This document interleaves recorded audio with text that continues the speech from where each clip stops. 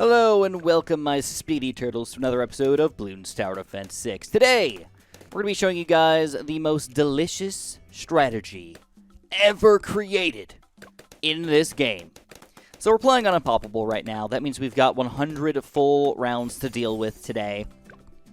And that means there's going to be a lot of balloons we're going to have to pop.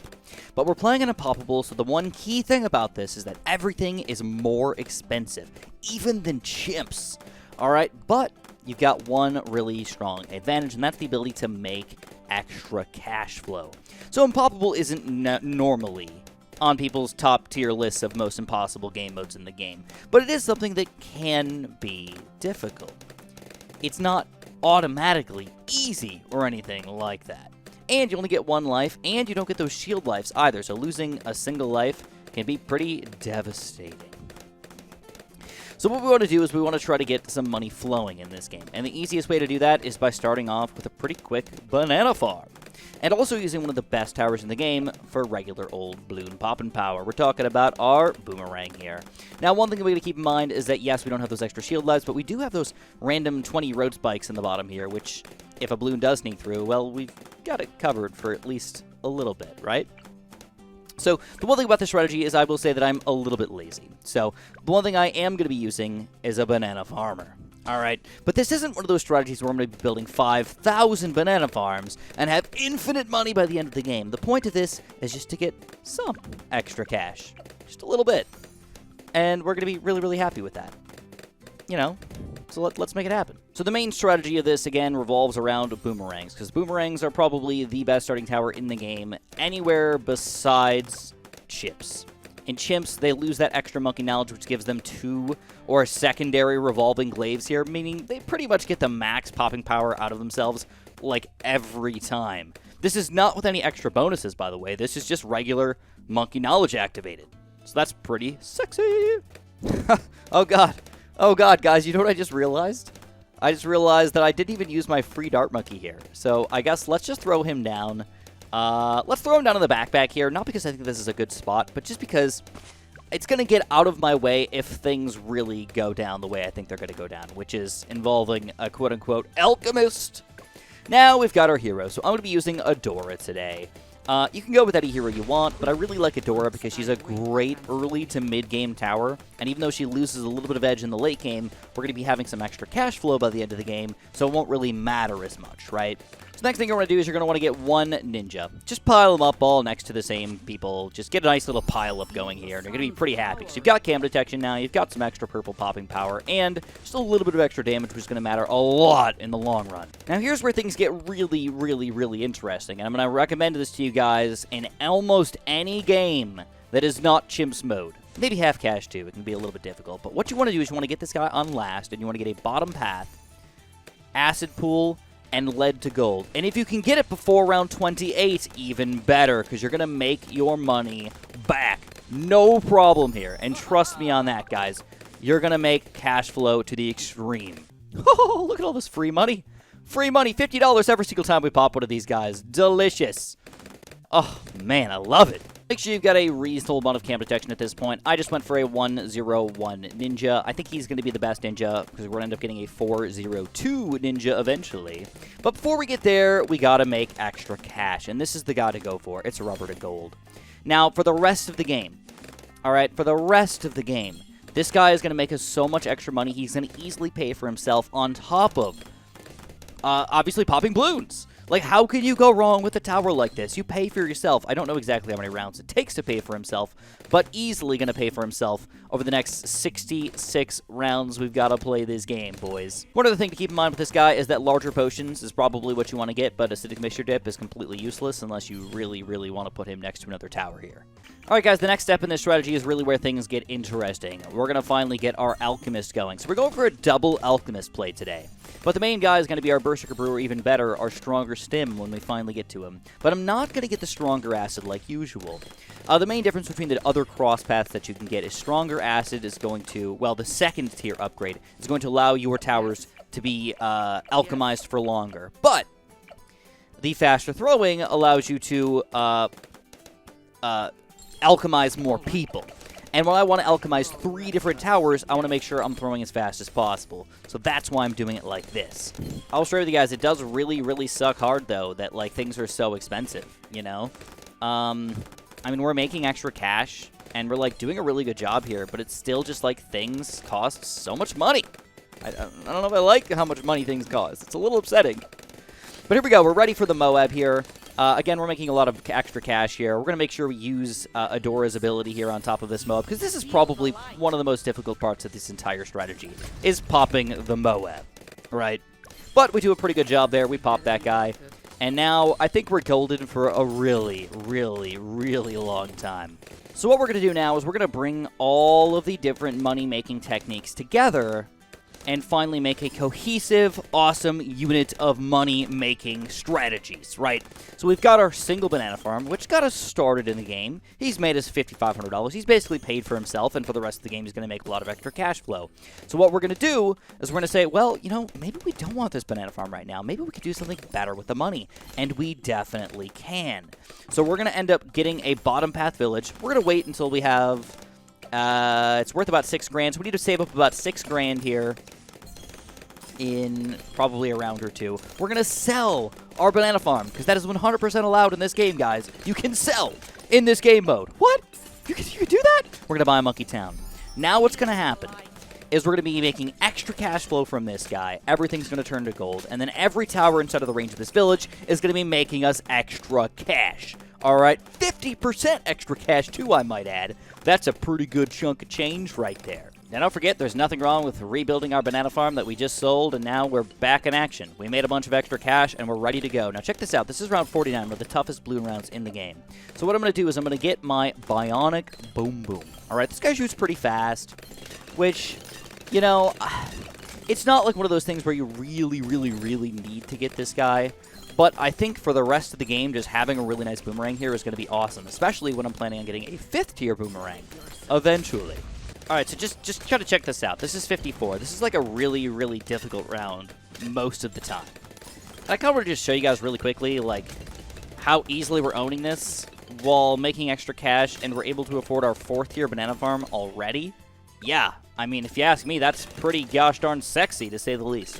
One of the things that I decided to do was I decided to change my Full Metal Alchemist here to strong instead of last, because I ended up hitting somewhat of the wrong balloons when the mobs were coming out. I wanted the ceramics to get hit after we pop the mob, and it doesn't happen every time, but it happens more often if I've got this guy on strong. So, yeah, works for me. So this is kind of my base strategy. You know, we get our 4 base towers here that are all really powerful with an alchemist, of course. We get a rubber to gold, we get a farm to make some extra cash in here. We also want to get that monkey town, so we're making, obviously, more money. And then you can decide where you want to go. You can go anywhere after this. Like, anywhere after this. But what I want to do is I want to get a Dartling gun. And this is not, again, a necessity for you to do. But I think this guy's really cool. I think he's underused. I think he's underutilized. And I think he's just one of those towers that once you get him, you're just kind of set for life. Like, for a long time here. So what we're going to do is we're actually going to just leave him on target independent. I am going to get the faster barrel spins, so we're shooting extra quick here. And we're going to actually save up for a balloon exclusion zone. And I think it's going to happen pretty quick here, too. Oh my god, look at this flow. Look at this cash flow over here. Oh, it's actually almost hurting us to have the balloon exclusion zone. This guy's got to go back on last. Hit the leads, man. Look at all this cash. It's ridiculous. Oh my god, I love it. Just look at all this money round 63 is giving us. Holy crap, holy. Even more impressive than I could have ever imagined. Can I be straight with you guys for a second? I want to just give a big shout out to you guys for just like one quick second, because I think you guys are seriously some of the best community people to ever have ever. I am so lucky. Straight up. I'm not even messing with you guys. I'm so lucky to have you guys with me here. I will say that there is that 1% of people that is not as nice as I'd like them to be, but the vast, vast, vast majority of you guys are just so unbelievably nice to me, and I cannot thank you enough.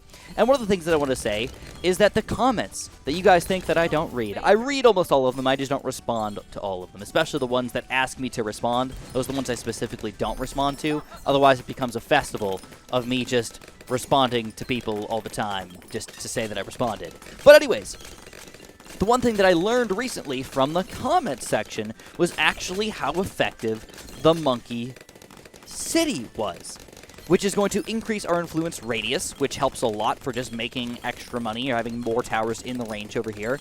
Also, cash generation in the radius. Now, I did not know this. I don't know why, but I did not know that this $3,000 upgrade is going to increase the amount of cash we gain even further here, which to me is pretty gosh darn awesome, to say the least. So I decided, you know what, let's spend that $3,000, let's see how much extra money we're going to make, and honestly, it's going fantastic so far. I'm really happy with it. I don't know the exact amount. I should probably do some math or some weird something's going on in here, but I will tell you that, hey, I'll take any extra cash, even if it's like a 5% upgrade. $3,000 is totally worth it, especially when you're making this much cash flow in the end of the game here. So thank you guys, again, just to finish this off, for being absolutely awesome. I cannot thank you enough. You guys are fantastic, and I love your guys' comments. I seriously do. They mean so much to me. So thank you guys, and keep on enjoying here, man. Don't forget that I can learn things too. This old dog, he can learn new tricks. And even though I play BT6 all the time, sometimes you get stuck in your ways, and sometimes you don't know every single detail here. But now it's officially time. We've got the Bloon Exclusion Zone. This is our 5th tier, basically unstoppable tower.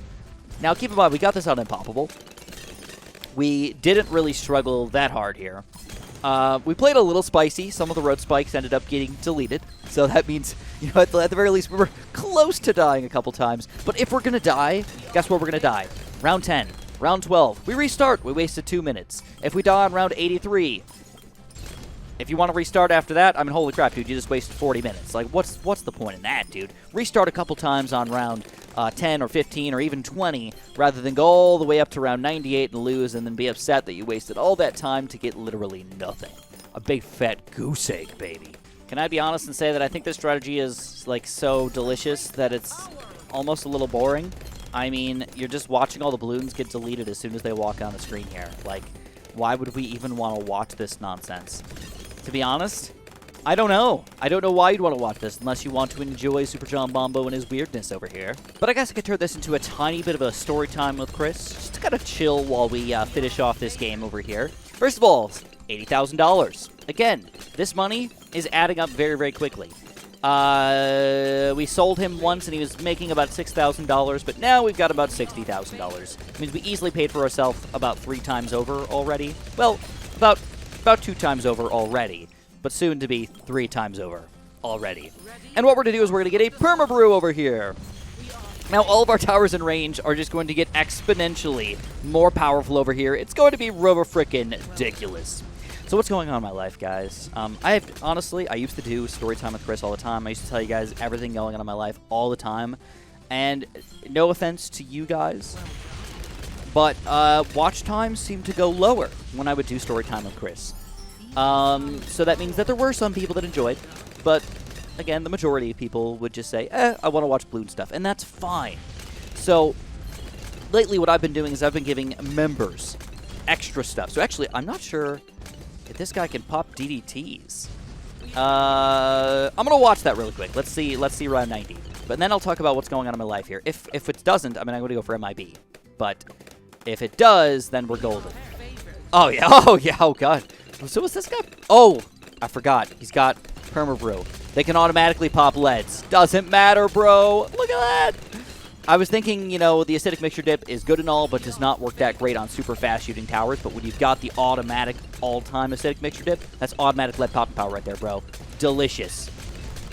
Next thing I'm going to get, turbocharge and permacharge here, and we're just going to kind of live with life at this point. So what's been going on in my life lately? I've been, honestly, pretty busy. The main thing is I've been planning a wedding. So me and my girlfriend, we've been together for about 8 years. We got engaged last summer. So a lot of people, what they do is they get engaged and they get married within about a year or less. That's kind of the basic plan. For us, though, it ended up being a little bit weird because it was during a pandemic and we could not get married within a year or so. We just planned it for the next fall. We felt like that was going to be safe. So we're getting married in September. So less than 5 months away, I think? Oh, goodness gracious, that's crazy. That's ridiculous. It's a little scary, to be honest, now that I'm looking at that. A little wild here. That's okay. That's okay. So, I've been doing that. I've also been working on my basement. So, I bought a house last July, and I've been trying to fix it up. It wasn't a dump or anything like that. It's a pretty nice house. If you guys have not seen it, I do have a video of me going through on my Chris house tour from probably August last year or something like that. I mean, you could probably just Google Chris house tour and you'll find it. But that was I've been fixing it up a lot. I did a lot of gardening outside. I did a lot of like weird insulation stuff. I worked on my garage a little bit, and now the next thing I want to do is I really want to finish my basement. So instead of paying somebody else to do it, with a little bit of elbow grease, a little bit of work, I think I can do it for less than half the price. And I also want to learn how to do it because I can make it exactly how I want to do it, and I think that I could do a better job than a lot of random contractors just sort of like, even though they do it for a living, they probably don't care as much as I do. So I want to make sure I'm doing a really, really good job. So I've been finishing my basement. All right, I just got started, like literally just got started. I just kind of insulated all the joists and everything. I'm putting foam on the walls now, and I'm kind of like getting the fire blocking ready and everything. So it's been a little bit wild. I just got started though, and it's honestly really exciting because I think that if I do a really good job, I should be done by around the time of the wedding. So 5 months or so, 6 months or so, it could be done, like officially done. Maybe we'll give you guys a tour or something like that. But I'm excited, you know. I'm pumped for it, and I feel like it's going to mean even more to me to know that like I did it, you know.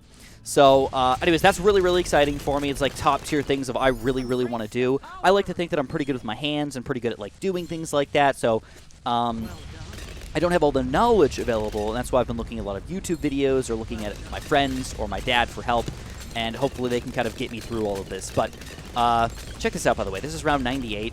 I mean, like, are we having any issues whatsoever? No. And we have $100,000 to work with here. Like, we can do whatever we want with our $100,000, dude. This is ridiculous.